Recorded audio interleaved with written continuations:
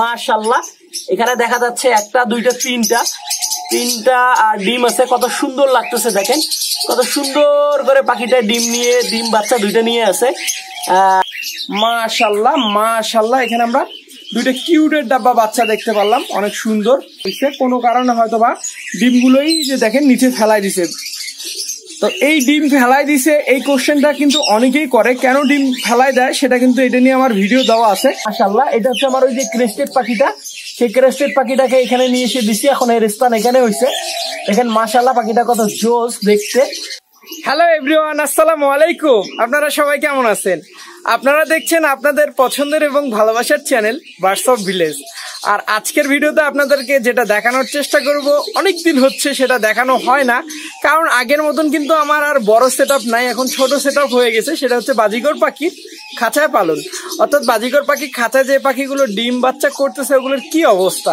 এবং যারা বাজিগর পাখি খাঁচায় পালন করে থাকেন তারা এই ভিডিওটার জন্য অনেক দিন থেকে অপেক্ষা করতেছে যে সাকিল ভাইয়া খাঁচায় পালন নিয়ে কেন ভিডিও দেন না, শুধু কলোনিতে দিচ্ছেন, খাঁচায়ও তো দিতে হবে, কারণ আমরা তো সবাই কলোনিতে পাখি পালন করি না। কেউ কেউ বলতে 80% আছে যারা খাঁচায় পালন করে। তো চলেন দেখি আমার খাঁচার পাখিগুলোর কি অবস্থা।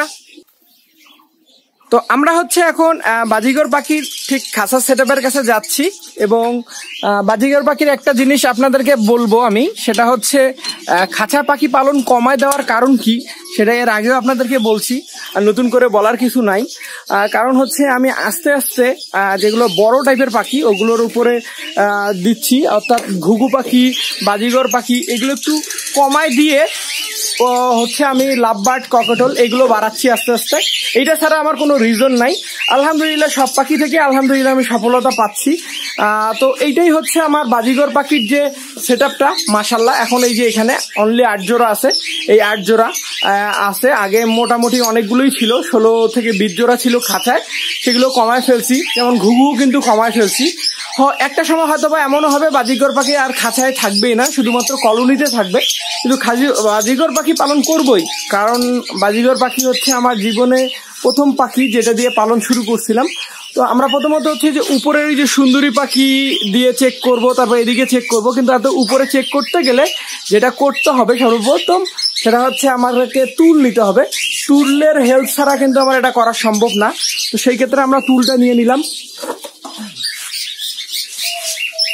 আর মাশাআল্লাহ আবহাওয়া এখন খুব জোশ, আবহাওয়া বলতে গরম ঠান্ডা এখনো আছে, বাট গরমের পরিমাণটা বেশি। যেমন আজকের ঘরের তাপমাত্রাটা একটু আমরা দেখে নিই। দেখেন আজকে ঘরের তাপমাত্রাটা হচ্ছে আপনার 32-33, হ্যাঁ 32 থেকে 33। তো প্রথমত আমরা হচ্ছে এই খাঁচাটাতে দেখব কি অবস্থা, বিসমিল্লাহির রহমানির রহিম করে।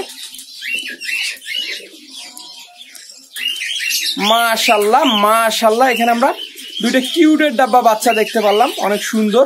দেখেন ওর মায়ের সাথে আছে। আর একটা ডিম দেখতে পাচ্ছি যে ডিমটা নষ্ট হয়ে গেছে।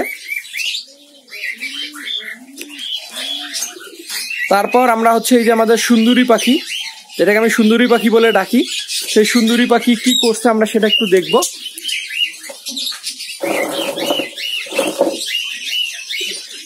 সুন্দরী পাখি যে ডিম দিছিল, ডিমগুলো আছে না নষ্ট করছে সেটা একটু দেখব। না, সুন্দরী পাখি যেটা হয়েছে কোনো কারণে হয়তো বা ডিমগুলোই যে দেখেন নিচে ফেলাই দিছে। তো এই ডিম ফেলাই দিছে এই কোশ্চেনটা কিন্তু অনেকেই করে, কেন ডিম ফেলাই দেয় সেটা কিন্তু এটা নিয়ে আমার ভিডিও দেওয়া আছে।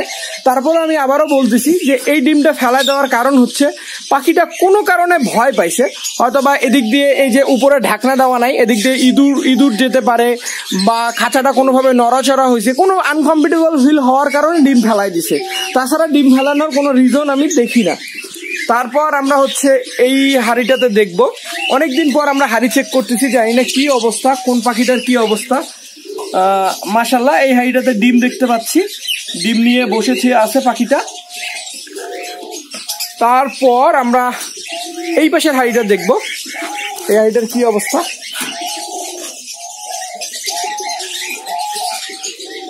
এই হাড়িটা তো না, পাখিটা ডিম পারে নাই, কারণ হচ্ছে এই যে এখানে যে ছেলে পাখিটা ছিল, সে ছেলে পাখিটা অসুস্থ ছিল, আলহামদুলিল্লাহ এখন সুস্থ হয়ে গেছে, সুস্থ হওয়ার পরে রিকভারি করে ফেলছে। তারপর আমরা হচ্ছে এই হাড়িটাতে দেখবো কি অবস্থা। মাশাআল্লাহ, এটা হচ্ছে আমার ওই যে ক্রেস্টেড পাখিটা, সেই ক্রেস্টেড পাখিটাকে এখানে নিয়ে এসে দিছি। এখন এর স্থান এখানে হয়েছে। দেখেন মাশাআল্লাহ পাখিটা কত জোস দেখতে, একদম পুরো কিউটের ডাব্বা।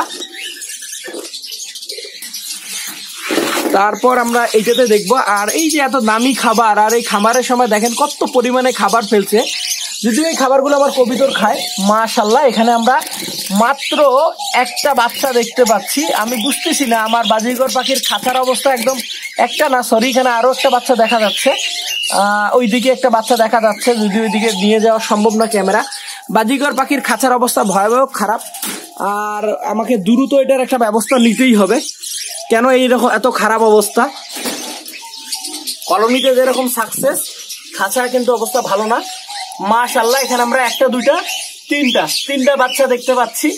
আর এরকম হওয়ার পিছনে আমি যেটা মেন রিজন কারণ মনে করি আমি, সেটা হচ্ছে আমরা কিন্তু এই যে জায়গা চেঞ্জ করছি, হ্যাঁ, সেট আপটা চেঞ্জ করছিলাম ডিম থাকা অবস্থা, যার কারণে হয়তোবা পাখিগুলো এই অবস্থা করছে। মাশাআল্লাহ, এখানে দেখা যাচ্ছে একটা দুইটা তিনটা আর ডিম আছে। কত সুন্দর লাগতেছে দেখেন, কত সুন্দর করে পাখিটা ডিম বাচ্চা দুইটা নিয়ে আছে। মেবি তিনটা বাচ্চা ফুটছে, 3টা ডিম এখনো আছে। মাশাআল্লাহ, দেখেন কত জোস লাগতেছে পাখিটা। তো এই হচ্ছে মোটামুটি আমার বাজিগর পাখির যে সেট আপ। এই সেট আপে মাত্র 8 জোড়া আছে, বেশি না এই 8 জোড়া। আর আরেকটা জিনিস হইতে পারে, সেটা হচ্ছে আমার পাখিগুলোর গ্রিড শেষ হয়ে গেছে।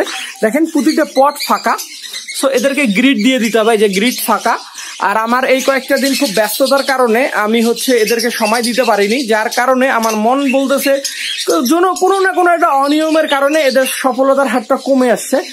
আর এই সার কই থেকে বেরছে, এই যে দেখেন, এই সার হচ্ছে আমার মেবি এই যে একটা খাঁচা আছে, এই খাঁচা থেকে পাখিটা কিভাবে বের হয় আবার ঢোকে আমি নিজেও যাই না।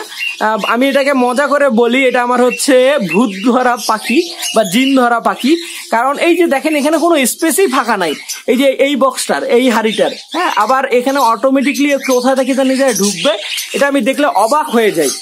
এই যে সকালবেলা বের হয়েছে, আবার দেখা যাচ্ছে বিকেল টাইমের মধ্যে ঠিকঠাক আবার খাঁচার ভিতরে যায় ঢুকে থাকতেছে, বা দুপুর হয়, মানে যখন ওর মন চায় ও বের হয়, আবার মন যখন চায় ঢুকে যায়, এরকম একটা অবস্থা। আলহামদুলিল্লাহ, আল্লাহর কাছে লাখ লাখ শুকরিয়া আদায় করতেছি। যেমনই আছে আলহামদুলিল্লাহ, পাখিগুলো সুস্থ আছে এবং ভালো আছে, এটাই অবস্থা।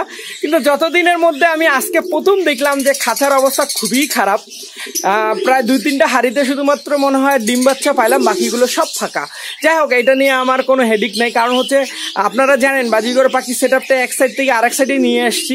এবং দেখেন, এই যে এক পাখির ঘরে থাকে, তার মধ্যেও কিন্তু এক জায়গা থেকে আরেক জায়গা চেঞ্জ হয়েছে, অর্থাৎ এনভায়রনমেন্ট চেঞ্জ হয়েছে, তাতে মানে জায়গা চেঞ্জ হয়েছে, তাতে দেখেন পাখিগুলো ডিম বাচ্চা করা কমায় ফেলছে। তো সেই ক্ষেত্রে আপনাদেরকে এটা বলার কারণ হচ্ছে, অনেকে আছে যারা বলেন যে আমি দোকান থেকে ডিম বাচ্চা অবস্থায় অ্যাডাল্ট পাখিগুলো বাসায় নিয়ে আসলাম, ভাই ডিম দিচ্ছে না। তাহলে বুঝেন যে পাখির এক ঘরের এক কিনারা থেকে আর এক কিনারায় নিয়ে আসছি, তাতে এই অবস্থা। আর আপনারা দোকান থেকে বাসায় নিয়ে এসে রাতারাতি যদি ডিম বাচ্চা নিতে চান, তাহলে এটা বোকামি ছাড়ার কিচ্ছু না। আইনো আমি কাউকে ছোট করে কথা বললাম না, এটাই হচ্ছে সত্যি কথা। যাই হোক, ওই জন্য আপনাদেরকেও প্রথমেই বলি, অ্যাডাল্ট কেনা থেকে একদম বন্ধ রাখুন, বাচ্চা দিয়ে শুরু করুন। আপনারা পাখিটা যেন আস্তে আস্তে পরিবেশের সাথে অ্যাডজাস্ট হয়ে আপনার পাখির মধ্যে সুন্দরভাবে ওখানে আপনার অ্যাডজাস্ট করে ডিম বাচ্চা করতে শুরু করে। কিন্তু আপনারা কেউ আমার কথা শোনেন না, সবাই কি করেন, বাচ্চা না অ্যাডাল্ট কিনতে হবে, আবার অ্যাডাল্ট না, অ্যাডাল্ট পেটে ডিম বাচ্চা সব নিয়ে আসতে হবে। সো এগুলা কেনা বন্ধ করুন, না হলে আপনারা আস্তে আস্তে পাখি পালনের উপর ইন্টারেস্টে হারায় যাবে। যাই হোক, আমার কথা কেউ কিছু মনে করেন না, অনেক বেশি বকবক করে ফেললাম। এতক্ষণ আমার সঙ্গে থাকার জন্য অসংখ্য ধন্যবাদ। সবাই ভালো থাকবেন, সবার ভালোবাসার পাখিগুলো ভালো থাক। আজকের মতন বিদায় নিচ্ছি, আল্লাহ হাফেজ, আসসালামু আলাইকুম।